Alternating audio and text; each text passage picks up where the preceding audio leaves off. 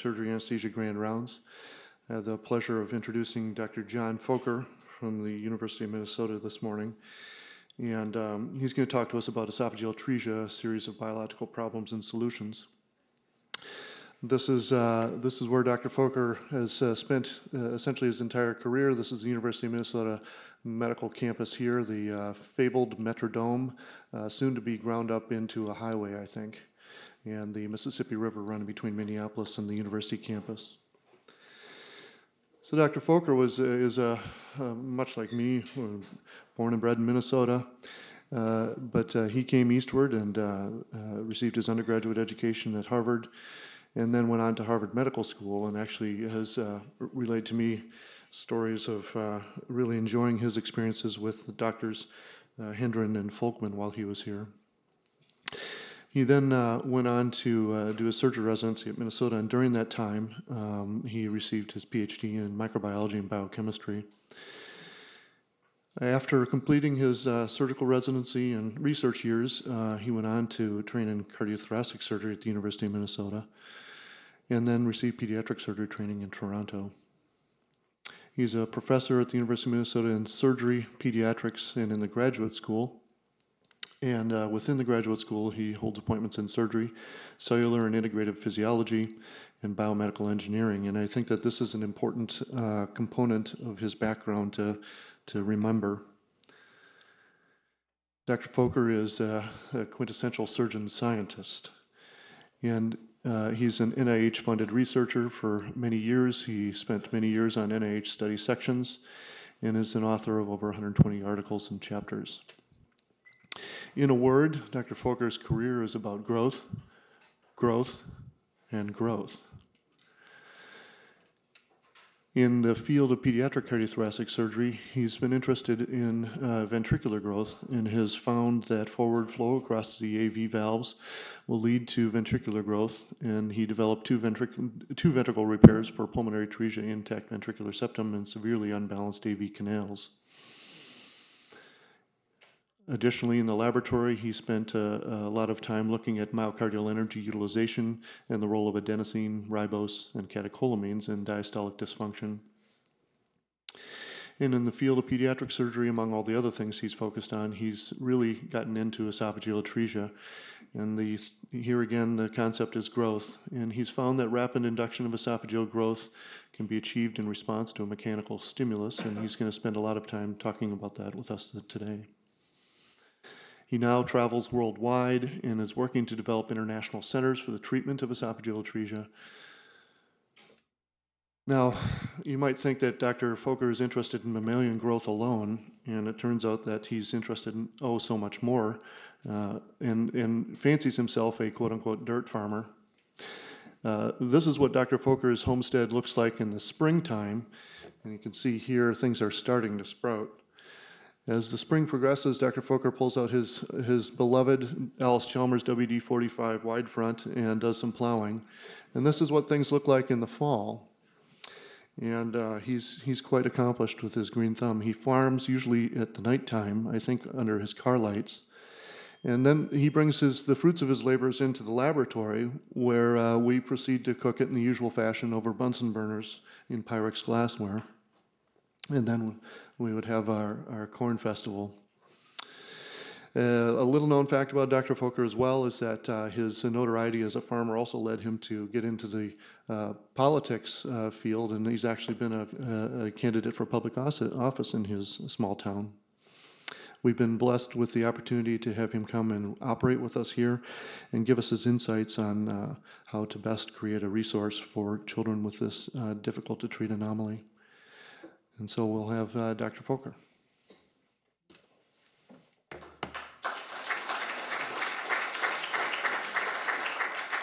suppose you better go back to this. Oh yeah, okay. Well, thank you, Brad, for a very nice introduction. I hope I can live up to that. I have nothing to disclose. It is clear that esophageal atresia poses a series of problems, not just getting the ends together. And our hypothesis has been that a biologically normal solution will be the best end result. And that's important because in pediatrics, we have to think about a 70-year goal, not a 5-year cure or 10 years, but 70 good years. And that's a very stringent requirement. Now, you all know the spectrum of esophageal atresia. This is just a cartoon I put together showing the usual form with the lower fistula, and this is by far the most common and relatively straightforward to fix. This is a double fistula, also not a difficult problem. But when the gap becomes very long and most of the esophagus is missing, in this is an upper fistula, then the problem is much more difficult. And I'm not going to give you a number about what is a long gap because really it's kind of a private matter ultimately in the operating room. And what I say doesn't necessarily translate to anybody else.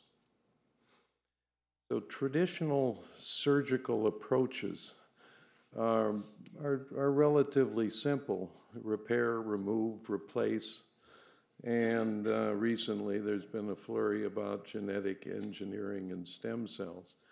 But when faced with a big tissue deficiency, as you have in a long gap atresia, current operations typically do one of these things: they replace, they borrow, they transplant. But unfortunately, they all produce a chronic illness. And so they're not good biological solutions, and some are not biological solutions at all. And so this little hole here is where growth induction, I think, would fit. I think the gene therapy is, as you all know, very limited, and stem cells are very far in the future for this problem. Now, currently, I'll just review this very quickly because just to set the stage, there are a number of things that have been tried to close the gap by lengthening, close the gap by putting in another organ or part of an organ. A circular myotomy, for those of you who haven't seen it, and I hasten to add I've never done one, but this is a picture I think it would look like. But unfortunately, on occasion, you can get this problem. You can get a large diverticulum in the unsupported esophagus. Gastric transposition is simply that, just pulling the stomach up into the chest. And it's had a resurgence lately because it is relatively easy to do. But the adverse consequences are really quite substantial. And these two are precancerous lesions. So if you're looking for 70 years, this to me seems like a very long shot indeed. Here is a study by Spitz, who is one of the promoters of this operation, and he's very careful about looking at the follow-up results. But you see that only one child reached the 50th percentile. Anemia was standard. Dumping is frequent, and this doesn't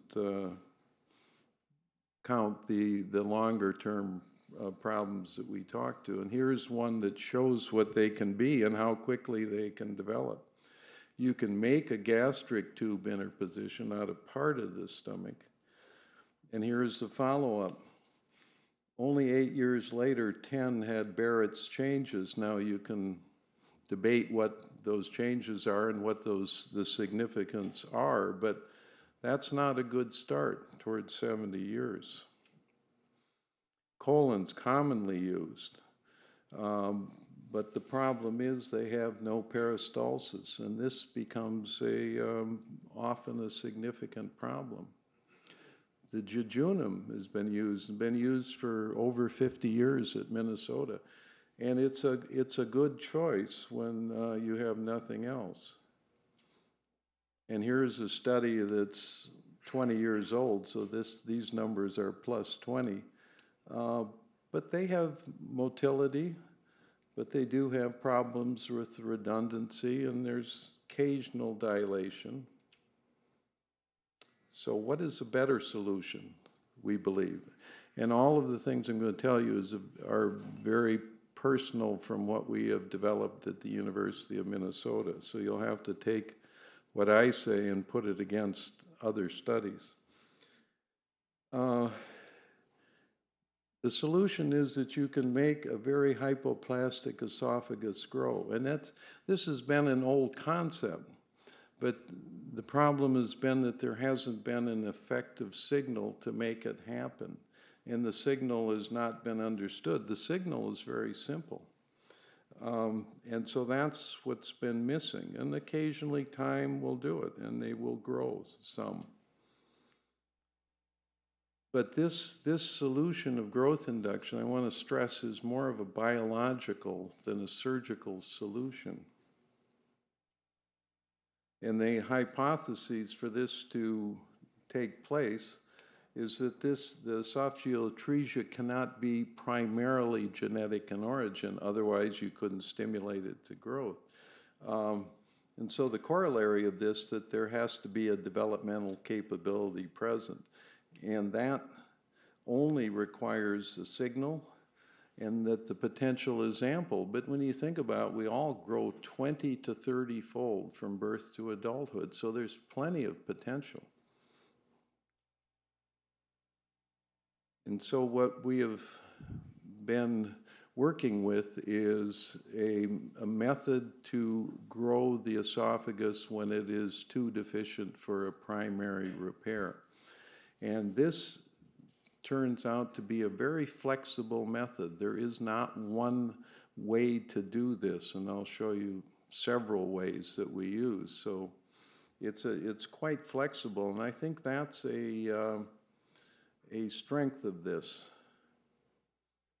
Now, the growth signal is stress, and there is a huge basic biological literature on stress in various forms, whether it's gravity, with little microfibers acting on cells or tissues that will induce growth. I mean, this is for many cells and many tissues, not all, but for many, stress alone is what will define or stimulate growth. For the esophagus, I mean, the esophagus is just a bystander, and what governs growth is the spinal column. The spinal column grows, and this is, we're speeding up what this process is, but it grows, and the esophagus grows along with it. This does require a shift in surgical thinking, because we're used to having one operation. We do one operation and that's it, with any luck at all. But this is at least 2 operations, and it may be 3, and it may even be a little more. Because when you stimulate growth, you have to wait for the growth to occur. You can't finish it at the time, so you put the growth process in motion, and then wait, and then put the ends together.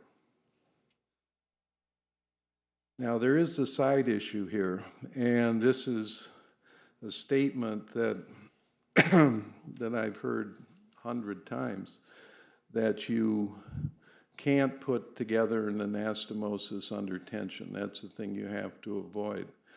Well, I suppose it's a good thing, but you can use the tension. Not only can you make an anastomosis properly and they won't leak, but as I'll show you with strictures, you can use that tension from an anastomosis to stimulate growth to solve the problem of long strictures, for example.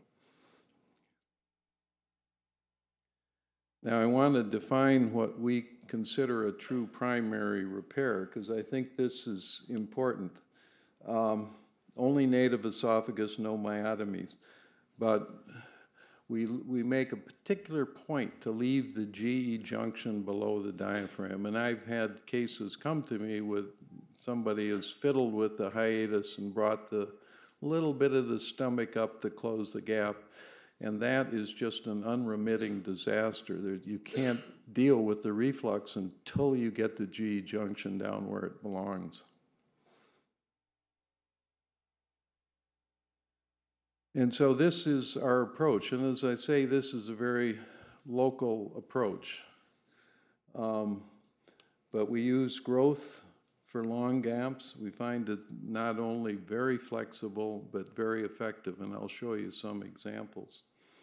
But then getting it together is an important part, but not the whole story. And we have focused a lot with our team that I will show you on the follow-up, which is to deal with reflux, to deal with strictures, and to deal with the associated problems that come with this. But we are quite active in trying to get these children to be normal or essentially normal or outwardly normal as soon as possible. Now, when all this started is not clear, but certainly since 1987, we have turned down no patients. Not for gap length, I'll show you one at 16, prior operations 23, left spit fistula is probably 7 or 8 of those. And we've not done an interposition for this problem since 1983. This is the group, the recent group, once we really got into the traction induction of growth. And this is the distribution. And where you think a long gap begins, you can pick, but certainly as you get over 6 centimeters or 10 centimeters, it really has to be considered a long gap. Just very briefly, the operation itself, the esophagus is in back, so we just make a little incision in the back. This doesn't have, you can leave the serratus, you don't have to have winging of the scapula. This will suffice. I will say only one person can see what's going on. And you look for the lower end, and sometimes it's beneath the diaphragm, but if you follow the vagus nerve, and there will be tissues here, you can just develop this and pull it up through the hiatus, which is on the left side, and so you have to go across and under. But with a little experience, this is always quite doable. Except if there's almost nothing present, then you have to go in the abdomen and start it there and get it to the chest. But that becomes more involved. Sorry. But it always works. So we put in traction sutures. The idea of the traction sutures are to stay out of the lumen. If you stay out of the lumen, nothing leaks and you don't have the problems that you do with saliva or gastric juice in the chest. And so we typically place 4, and these become the source of the tension, source of the stress to induce growth. Bring them out the chest wall, and then daily, twice daily, and Brad Linden here has developed a method to continue the stress on a more uniform basis, which I think is good. But you start this process and you have markers on there, and it turns out to be surprisingly effective. Now, when I talk about flexible solutions, if the gap isn't too great, you can solve this in the OR, and I'll show you how I do that with another cartoon. You can use internal traction if they're pretty close. Remember, when people talk about 3 or 4 centimeters and it gets together, that sometimes that last centimeter could be a mile. I mean, then you're under real tension, and to get that last centimeter is too much. So internal traction, external traction, and then I'll show you an example where we grow what is in effect a primordium, just something you can't see preoperatively but confined with loops. And what we try and do is to fit the operation to the baby. We don't want to fit the baby to the operation, and that flexibility, I think, makes a big, big difference. Here is an example. You can see this is the lower segment, and we always get a study like this to see what we're looking at. But I think you'll agree, since the diaphragm is here, that that is a very, very small lower esophageal segment. Nevertheless, in 2 weeks, it's grown to this. And these arrows mark the width of it. And what happens, this isn't stretching, this is true growth.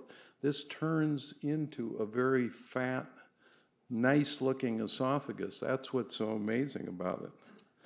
And then here it is with the Nissen in place. And so you can see, starting from essentially nothing, you can have a very workable esophageal anastomosis. And then for that case, we just, with simple cylinders and subtracting the lumen, we found that the tissue, with obvious assumptions, the tissue growth was 50-fold. So this is growth. This isn't stretching. We're not, this, if you stretched it, it would be very tiny and thin.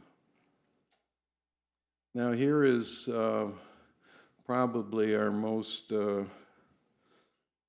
furthest end of the spectrum. We couldn't find preoperatively, we couldn't find a lower esophageal segment. This is a monitor wire that gives the illusion, but there's nothing there. Looking in with the scope, this is all we found. And this is of some folds of tissue. This is coming out at the scope. This is not a lumen going up. And this area is only about 3 millimeters across.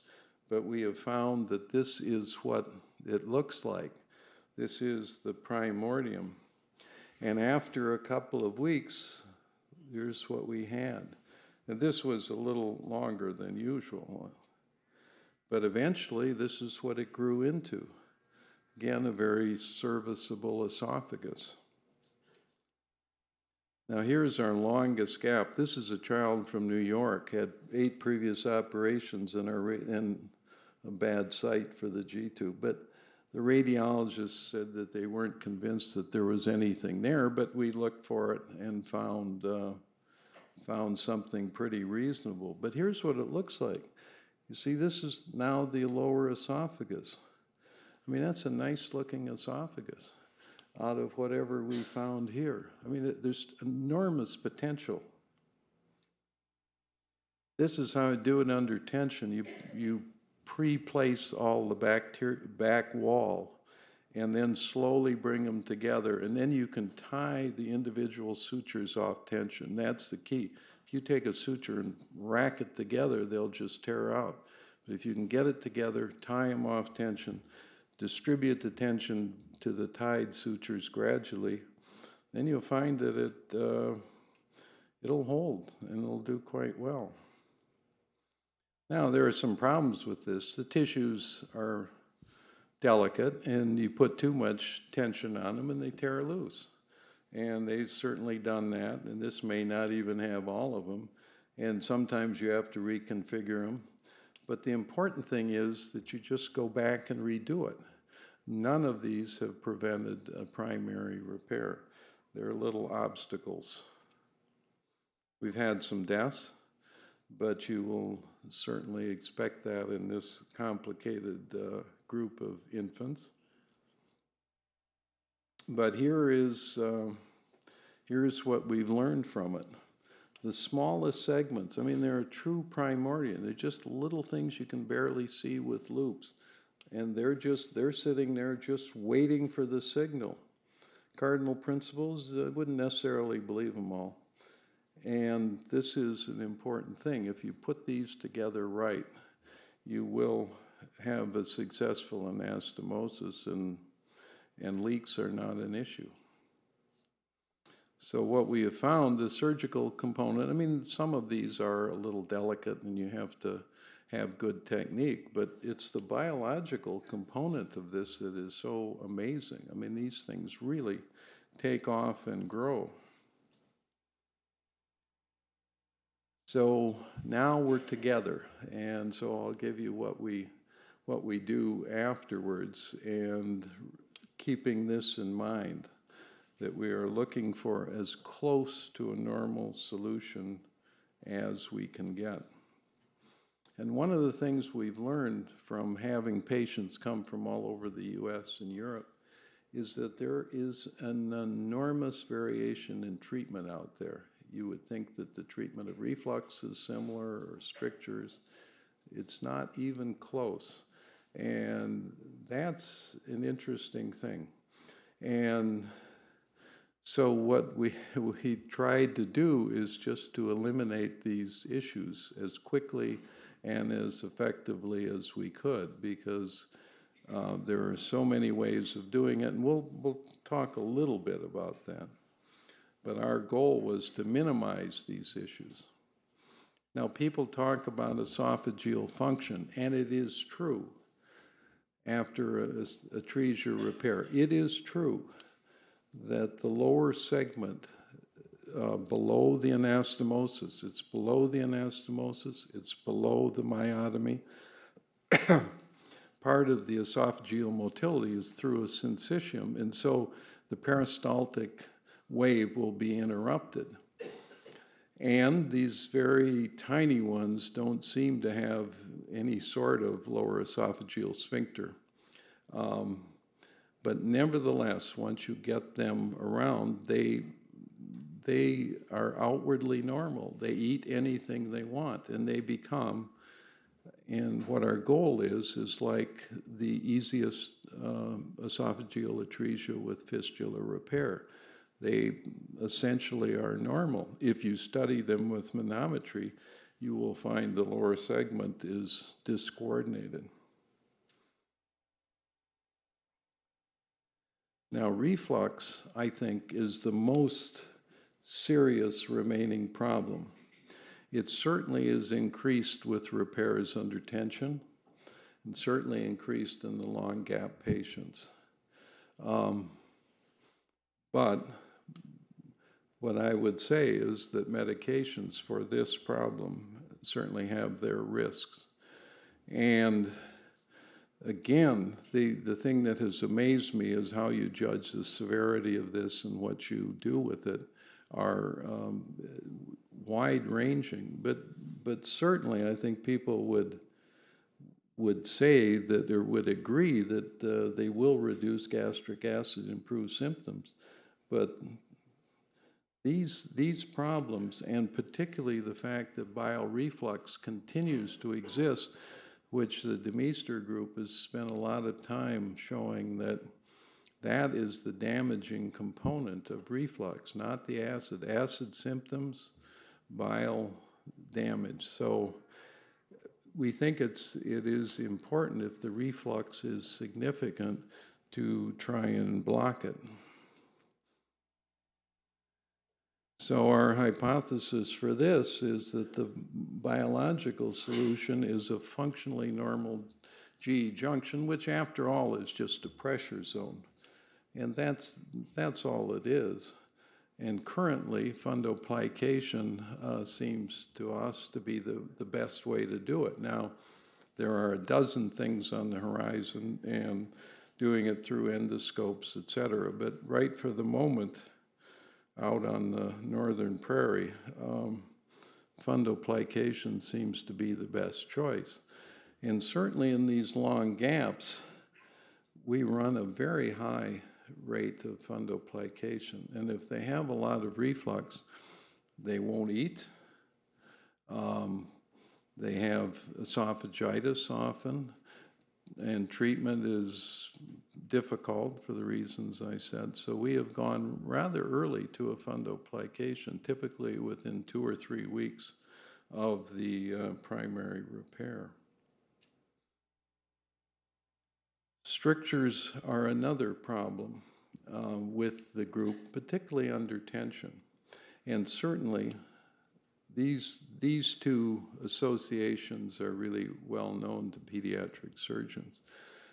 But again, how people view a stricture is quite variable, surprisingly variable. Well, what happens with a stricture? the healing occurs initially by fibroblasts. There's a fair literature on this too, but it has to do with burns and hypertrophic scars, but I think it's equally applicable to an anastomosis. Anastomosis, everything heals initially with fibroblasts. It's what happens afterwards that becomes important. Inflammation produces a differentiation to myofibroblasts, which have actin and which can contract and can make collagen contract. And so you get this contraction. And then you have to remember anastomosis by definition is circular. So if everything is contracting, you will end up with a stricture. And for chemical and other injury strictures, there's a continued inflammation. This inflammation is what sets up the cytokines, which produces this contracture, but it also carries with it a cancer potential. Fibromuscular hyperplasia, and I'll show you one case, I wish we had more, but we only have one, is considered a congenital stenosis in which there's a long segment of stricture. So what are the solutions to try and stop the stricturing process? Because this is important, that this tendency doesn't persist if it's treated effectively and early. It doesn't persist indefinitely. And so what we do is we dilate early. We start dilating within 2 weeks of the anastomosis, gently, but within 2 weeks, and often, weekly, biweekly, and try and get this process to stop. And once it stops, then things will be much better and you won't have continuing stricture. If you wait for the stricture to close down till they're symptomatic, which is a common practice, then you have to dilate and break everything open, and then you're starting over and over again with all the inflammation and the stricturing tendency. This is something that we have been looking at recently, and I'll show you a little bit more about that, but using covered removable stents for a week or two. And I think that's going to be very effective in stopping this process. People have described mitomycin C, which would block the differentiation into myofibroblasts, steroids to cut the inflammation. Interestingly enough, growth hormone is antagonistic to this process, and people haven't started using that in strictures yet.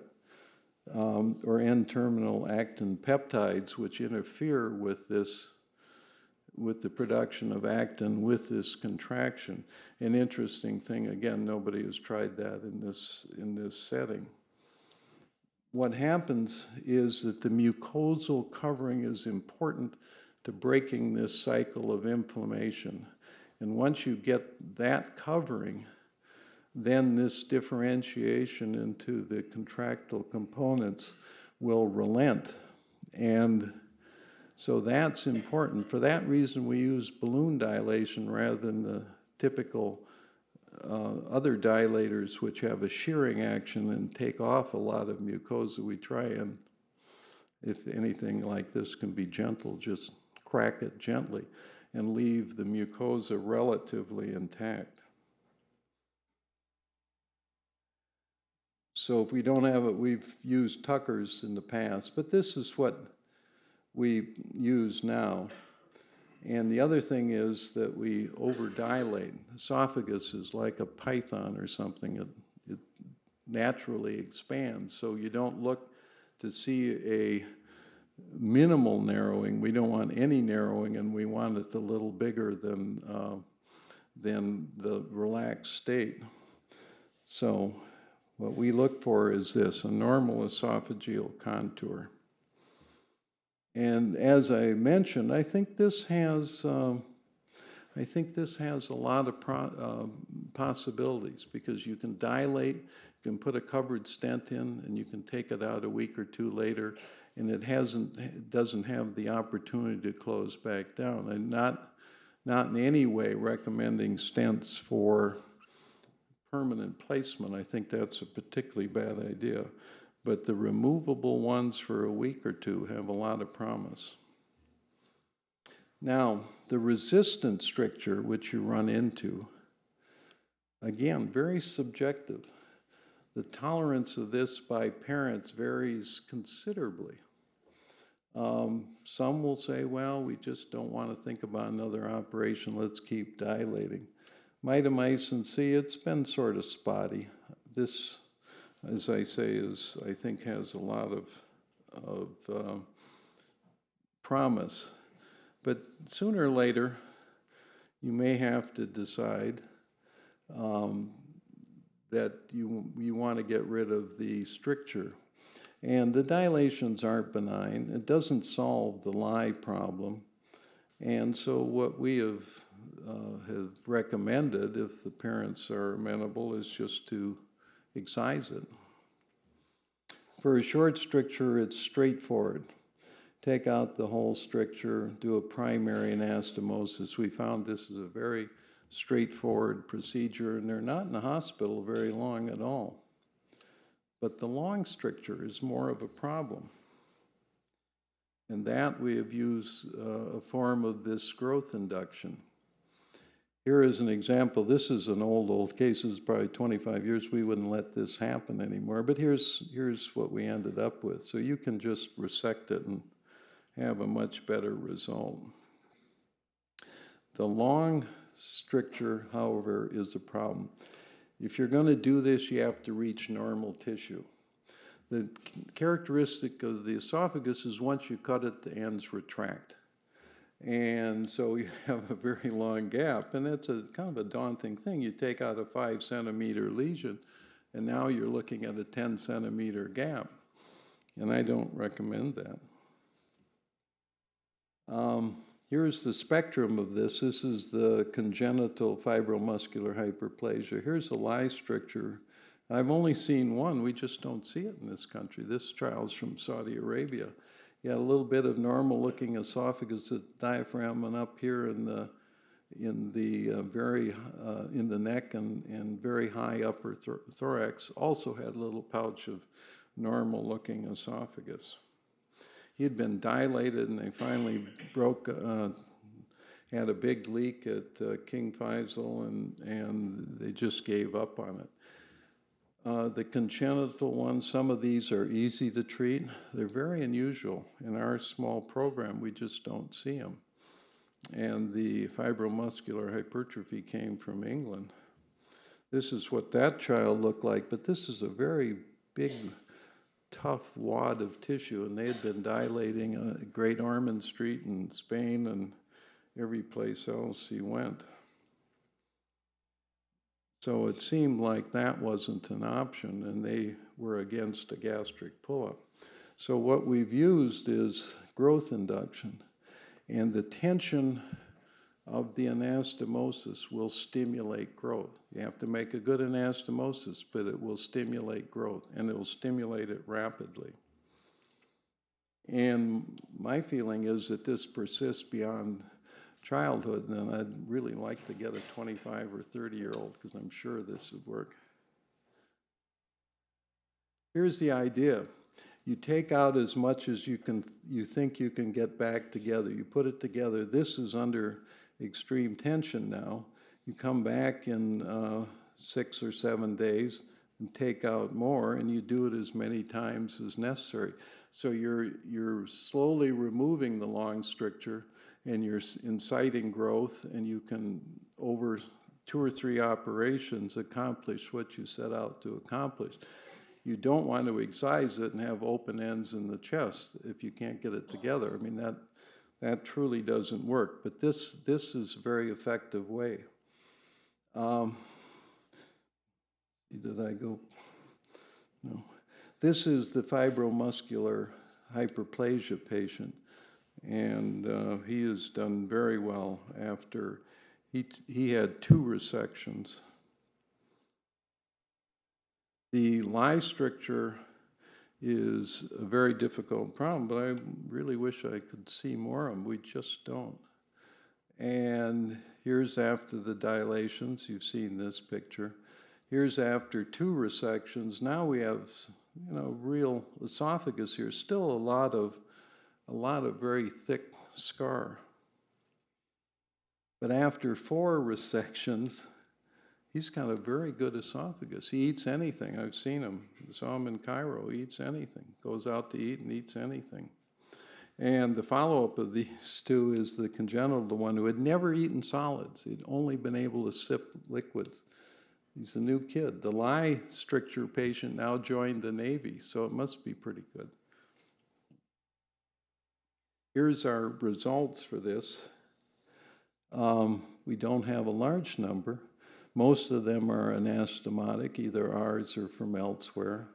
These 2, stage resections. But the end result is that these children are eating normally. It seems like a lot to do 2 operations or 3 operations, but it really isn't that much. And when you end up with such a good result, I think it's well worth it. So this is the summary of what we've been talking about. We try and counteract the stricturing. We try and block it. And it will, with mucosal covering, it will relent. And that's an important thing to remember. If you can't solve it that way, you can use growth induction to remove long strictures or associated disease, such as lie strictures. So these are our goals when we pursue normalcy. Normal diet, no G-tubes, no medications, normal activity. And these are our goals. And we have started to follow up as we need to, but as you all know, follow-up in the US now is very difficult for patients spread widely. Insurance companies resist a good follow-up. But we're trying. We're trying to have them all come back, which seems to be a losing hand, but we're trying. We're sending out questionnaires so we have some data on how effective this really is. Here are the ones who have come back for a clinical exam. Esophagram, they all look good. By endoscopy, only 2 of the 15 had tongues of gastric mucosa more than 2 centimeters above the LES, and that's considered 2 centimeters little tongues. If you look at normal autopsy data, is a quite common finding. We had no visible esophagitis, mild on 2 on biopsy. So they look very good. And learning to eat, they do well. Now, we start the clock running with the long gap atresias after the Nissen. I mean, obviously, from birth, they're not going to do well. But once they get together and have a Nissen, they do comparable to normal children. And those data are published recently. The questionnaire, this is by the parents, and these are patients that are more than 3 years out. They by and large eat normally. We would pull the G-tubes. I think that's a real crutch and a family focus and a source of chronic illness for the child to have that G-tube. And we would really push hard to get these out because they're not needed. You don't always eat a full meal every day. But the parents are reluctant and the hometown doctors are reluctant. We have some indication of reflux because whenever you do a fundoplication, you can't tie off the GE junction. So there's some reflux, and how much is too much is always a challenging question. But we don't have any evidence that they're aspirating, that they're having pulmonary problems at all. And I think that's a big thing for the 70-year goal.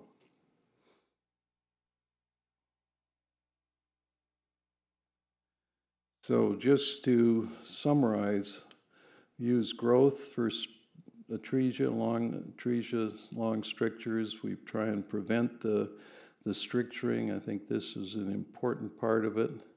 Once you get this, then the myofibroblasts undergo apoptosis. The stricturing will relent. And as of now, we just would recommend a fundoplication almost universally. At 2 weeks, we do a study. If we have significant reflux, we recommend a fundoplication. And this is our ideal thing because they all respond.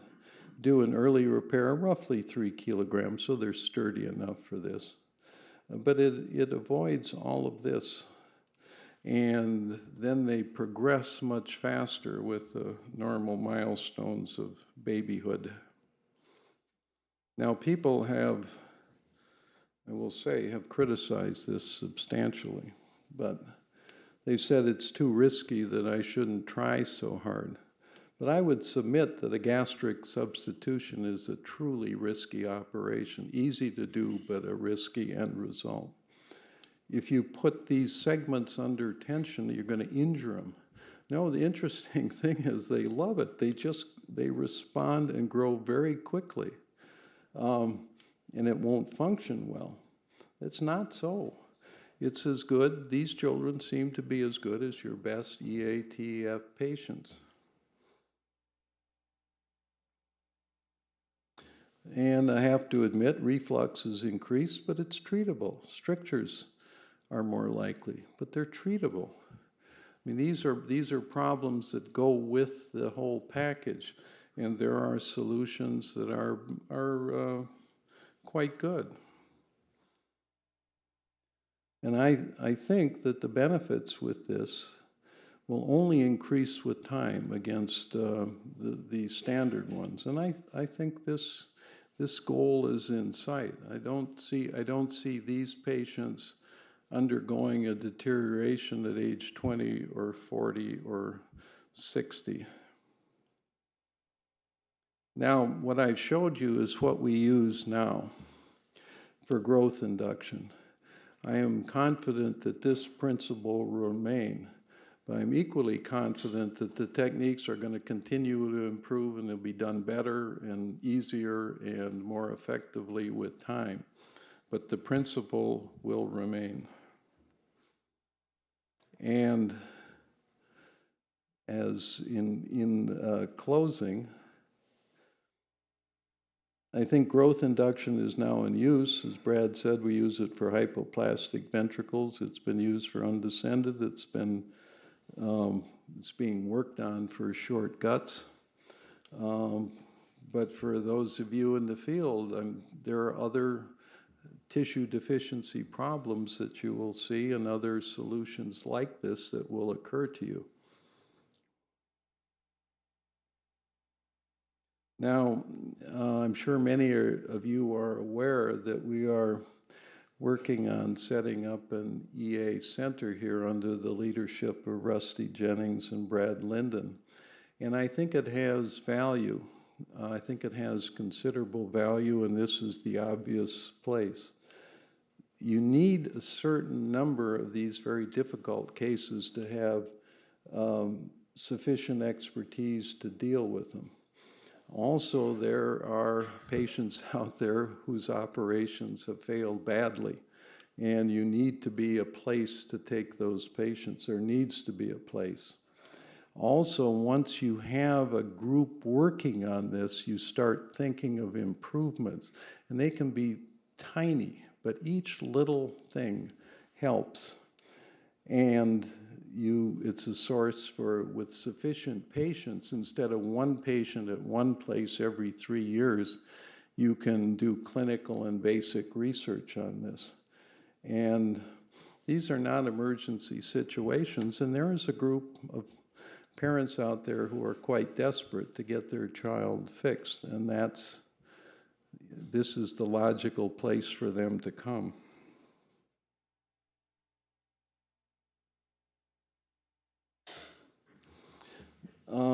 The value of a team, and we built a team at Minnesota not very deep, one layer deep, and not terribly wide, but you'll find that many people are required for an effective team, and that was a very, very strong key to our success, to get optimum treatment.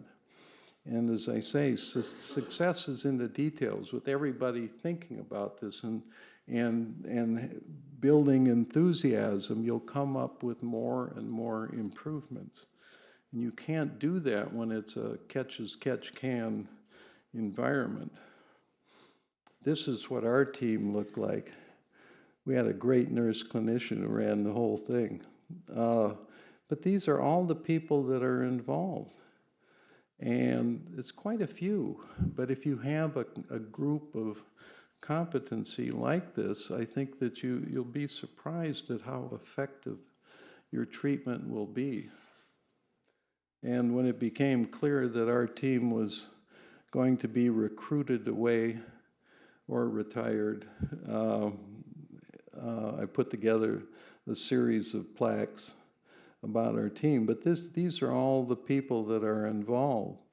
And there are others who have other plaques for the nurses and everything, and some of our children who set our little local records. But you get a real feeling of team spirit, and this was not.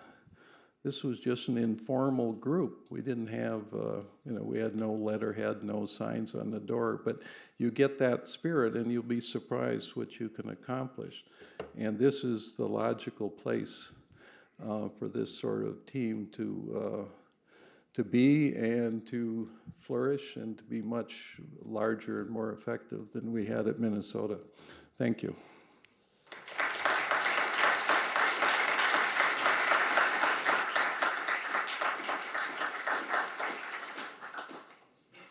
Well, Dr. Foker, I'd first like to thank you for sharing with us this morning your remarkable series over the years. What you've been able to achieve in these kids is dramatic.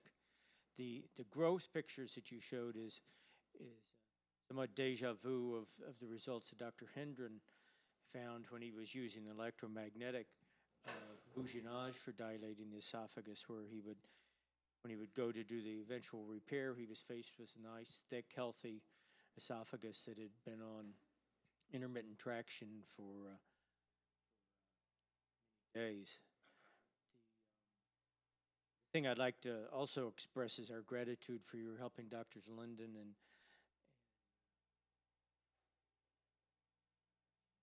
Jennings, put together the Esophageal Center, because I think your guidance and wisdom is going to be very critical to the success of that. I have just a couple of quick questions, and I'm sure there will be more from the audience. Talk about using the stents. One of our neighbors, north, used to use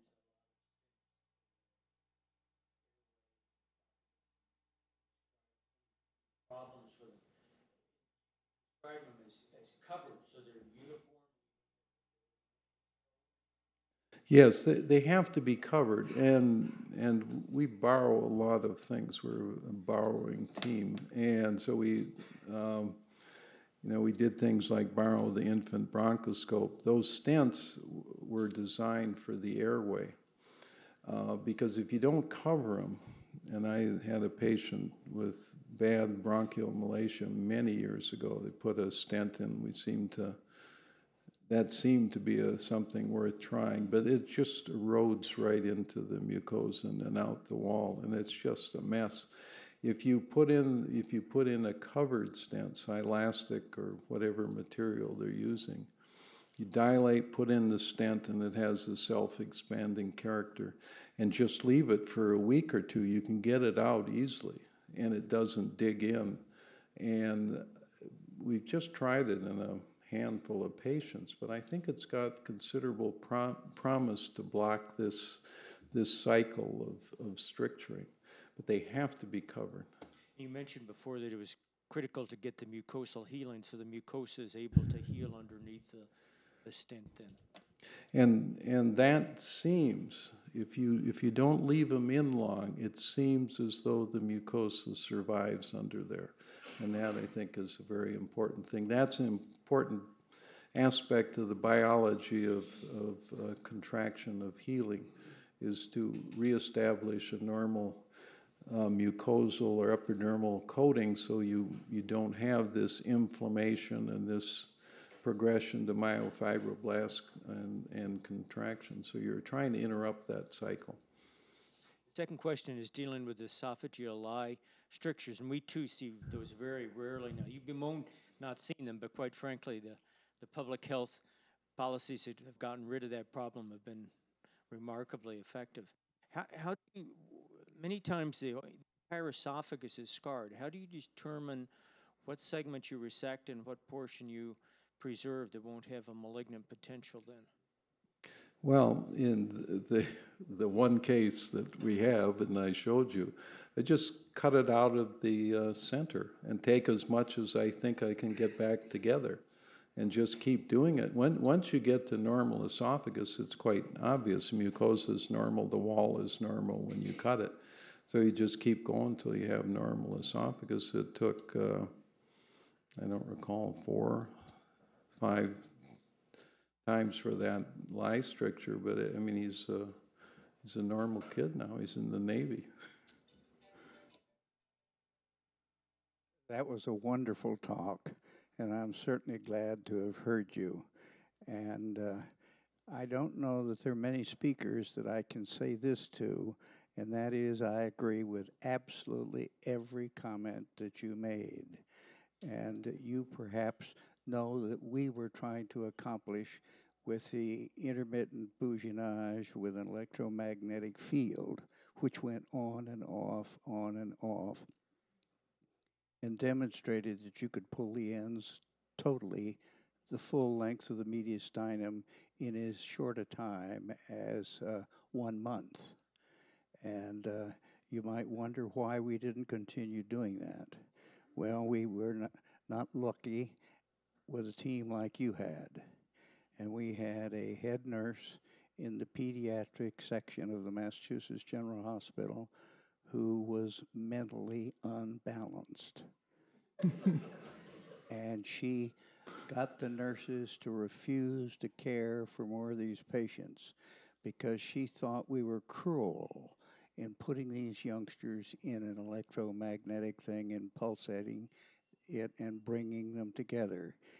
She was backed up by the chief of pediatrics, who I'm sorry to say came from the same town I did, namely Kansas City, but he saw things quite differently than we did. And I just gave up when they refused to care for more of these patients, although we had demonstrated that this was successful. And I think what you've done is taken it further, and I think it's wonderful. And I would say, don't worry about the naysayers. There are always naysayers around when you do anything new or different. And I think it's frequently because they're jealous of what you're accomplishing. So I wouldn't even pay attention to them. They'll come around ultimately, I'm sure. Thank you so much. Well, thank you for those kind words. I've often said if I deserve any credit in this, it's just that I've persisted against some fairly high-level opposition in the international pediatric surgery community. And but I'm bullheaded, and I just kept pushing ahead. And I think it is clear that what we are tapping into is what you were tapping into is just enlisting a growth potential that's clearly there. These little nubbins are all set to go. They have everything needed to differentiate or develop, not differentiate, develop into a normal esophagus. All you have to do is trigger them. And so there have been a number of ways of doing, such as the magnets, that tried to enlist that signal. We've just tried to develop a way that has a couple of advantages. One, it doesn't get inside the lumen, so if you can avoid that, I think you you will avoid some of the complications that you can get from putting things up and in. I think the magnets intermittently probably won't cause trouble. But the other thing is when you get the little tiny ones, then you've got a long distance. You need a big field to make that electromagnetic force, and you don't have any way of getting the magnet in there. So this is just an attempt to solve all of them. But I have no doubt that somebody giving a talk on this 10 years from now, the techniques will be far different. But the principle you use, the principle we've been using, principle people have even done with time and gravity, and that is to get these things to grow. We're just trying to develop an effective and safe method. Additional questions for Dr. Foker? Dr. Jennings. Dr. Foker, we've talked a few times about some of the challenges with surgical innovation. Can you just briefly sort of describe some of your challenges? Because innovation is a huge part of pediatric surgery.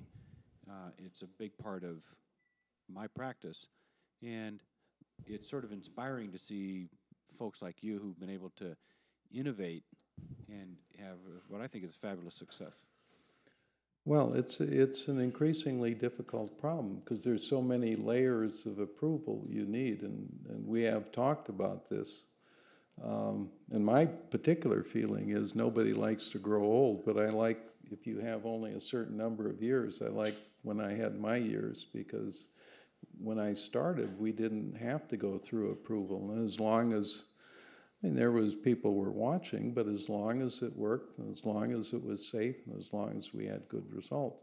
But now, quite frankly, you've got a much more difficult road because you're going to have to get approval from people who may not understand what you're trying to do. And I hope that this will help you, at least in esophageal atresia, because it does provide a core of results that you can point to so it doesn't seem quite so bizarre to those who are judging on the IRBs. But it's a difficult problem, how to keep innovation going under tighter and tighter control by more and more people.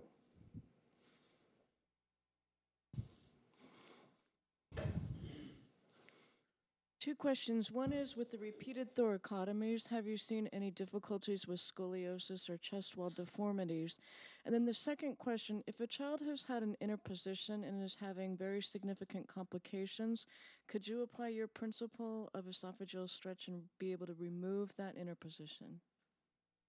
The first one, there are certainly complications with thoracotomies.